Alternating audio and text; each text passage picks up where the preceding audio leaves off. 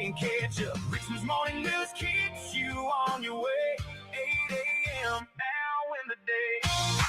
All right, it's 8:03 here on Richmond's Morning News. Good morning, everybody. I'm Rich Herrera. This is News Radio WRVA. Welcome to Richmond's Morning News here on the Voice of Virginia. We have breaking news we'll share with you coming up here during Richmond's Morning News Brief. I'll remind everybody we read the best text messages. 6:55, 7:55, 8:55, and then at 9 o'clock, I'm going to take over the radio station, and we'll take your telephone calls on what is becoming a very busy news day. Vaughn here, running the board today. Super Dave, is he back tomorrow from vacation? I think so. Yeah, he is. He's going to come back tomorrow. He'll be tan, rested, and salty. Just the way we like him. Just the way we like him. Super Dave, we miss you. Hurry up and come back. Vaughn, you've done outstanding today. Cup of Joe, you've been great. And I appreciate everybody listening to us this morning here on the Voice of Virginia. And again, the reminder, either you wake up with us or you're going to fall behind the rest of the day. So let's get right to it because we do have breaking news coming out of the Middle East on Richmond's Morning News. Our big story of the morning, we've been tracking this all day long. Yesterday, the president was saying that we're within days of getting a deal done in the Middle East. Well, we have breaking news now. That's our first big story. In fact, Vaughn, we'll just skip the report from Fox News because we do have updates right now. So here's story number one. The U.S. now poised to re-engage militarily with Iran. That's our big story of the morning. Number one. Okay, this coming out from the president on Truth Social. He says, and I'm going to quote here from the, I think this is the Associated Press, Iran has taken too long to negotiate a deal. We'll have to pay the price, Trump says. Donald Trump lashed out at Iranian leadership Tuesday morning, saying they're all talk. Quote, Iran's military is a complete and total mess. Much of it, like their Navy and Air Force, doesn't even exist anymore. They have been completely defeated, Trump wrote. Iran is all talk, no action. The bully of the Middle East is dead. In big capital letters. They've taken too long to negotiate a deal that would have been great for them, and now they're going to have to pay the price. Statement came as Trey Yinks reported the Qatari negotiators traveled to Tehran on Tuesday morning to meet with the Iranians in an effort to bring a remaining gaps in the negotiation process, according to a diplomat with knowledge of the association. Now, the Iranians are telling the U.S., leave now, get out of the region. You know what's going to happen to you. For people that are supposed to be negotiating and you're getting closer and closer to a deal, it seems like the closer you get to a deal, the more belligerent the Iranians become. Now, all this is predicated upon an Apache attack helicopter that was patrolling the Strait of Hormuz, as the U.S. has that blockade. No ships are allowed to go into Iranian ports. The helicopter came under attack, was shot at. The pilots had to take it down. Into the water. They were in the water, splash landing, rescued by a drone boat, a boat that was piloted and got there without any human beings on. Pilots were able to get ashore. They're rescued. They're going to be okay.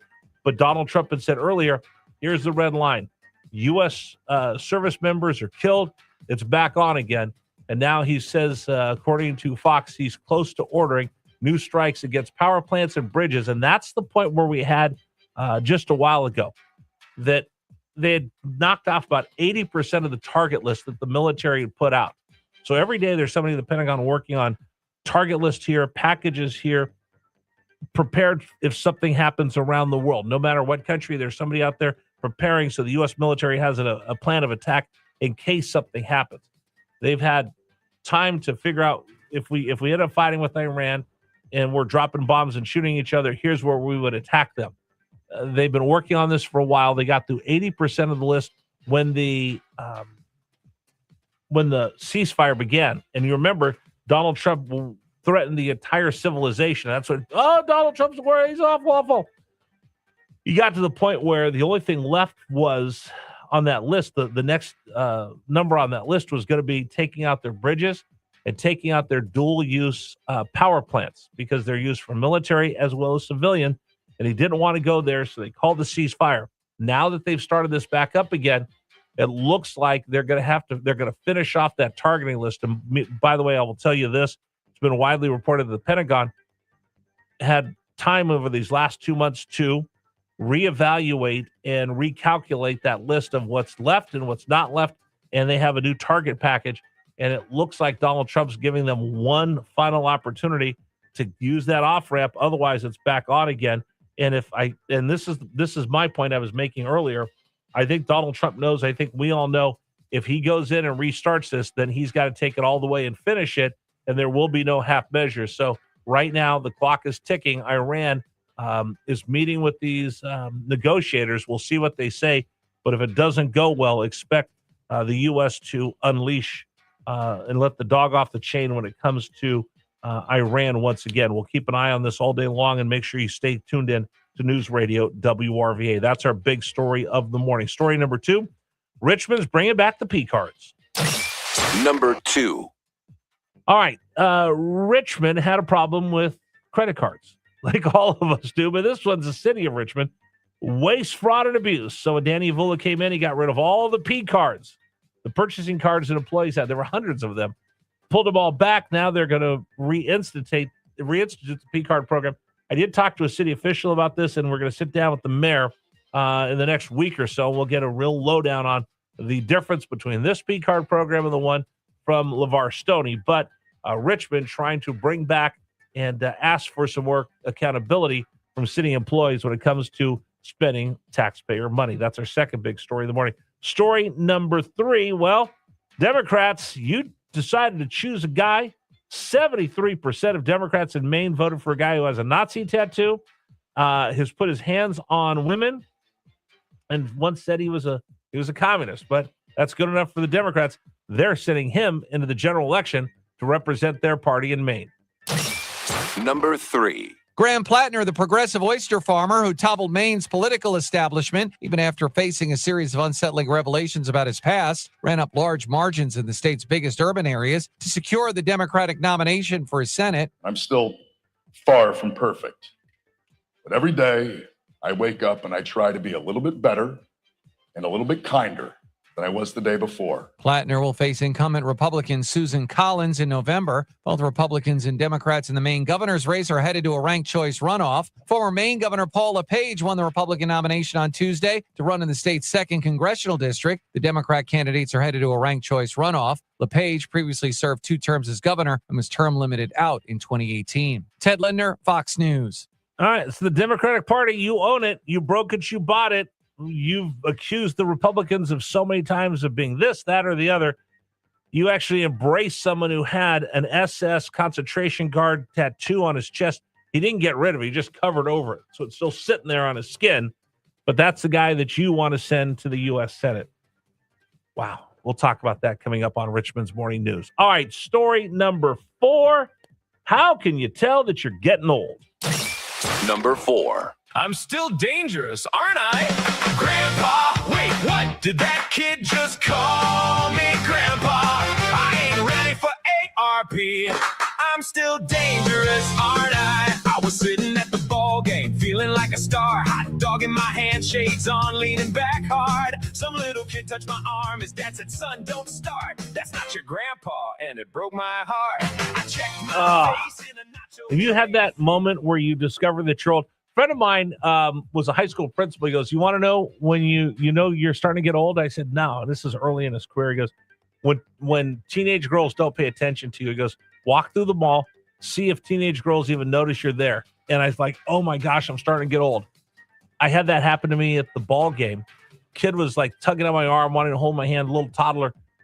Thought it was part of his family, and his dad looked at me and goes, hey, that's not your grandpa. I'm like, who are you calling grandpa? Can we do this? Do I have time to do this real quick? Okay. Let me ask you this. This is how I can tell whether we're getting old or not. If you can finish singing these jingles, then you know you're starting to get old. Let these run for a little bit. Let these run for a little bit, Vaughn. Best part of breaking up is Folgers in your cup. I am stuck on Band-Aid friends, 'cause Band-Aid stuck on me. My baloney has a first aid. It's OSCAR. Oh, what a relief. Oh, Vaughn, you're killing me. Vaughn, You're a lot younger than I am. Did you know all of those? I did not. I definitely didn't know the Band-Aid. I didn't know what a Band-Aid relief it brand is. stuck on me. I bought hot dogs the other day. I actually got to go to the grocery store and did my own shopping. I didn't buy a bunch of stupid things normally I would, but I did buy Oscar Mayer hot dogs. And when I was putting them in the basket, I was singing, my bologna has a Do you get first excited name. when you It's see the OSCAR. Wienermobile come to town? Go get some free stuff from the Wiener. The whistle. Have you ever seen the whistle they Yeah, have? that's what they have. Yeah, the whistle that they hand out. Getting old sucks. Now I know my dad was always talking about it. He'd always look at me like, Mijo, I don't even know who this old man is. I look in the mirror. I haven't lost my hair and I haven't gone gray yet. So when I went to the Sigma Pi reunion last summer. Is that when I went? Yeah, I went last summer back to California for the weekend.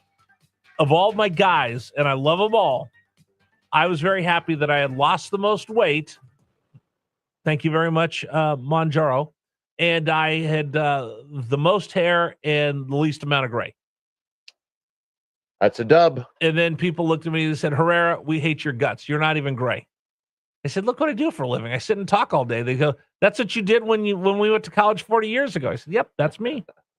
Anyway, that's Richmond's Morning News Brief this morning here on News Radio WRVA. All right, we're going to talk about Garrett Plattner coming up.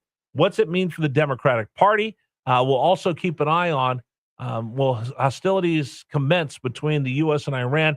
The president said, it's time.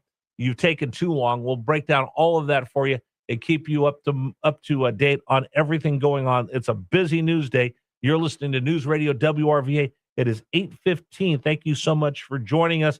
Don't forget, text line open, 833-804-1140, 833-804-1140. James Rivera text line. We'll take your telephone calls coming up as well. Telephone calls coming up in the 9 o'clock hour. All right.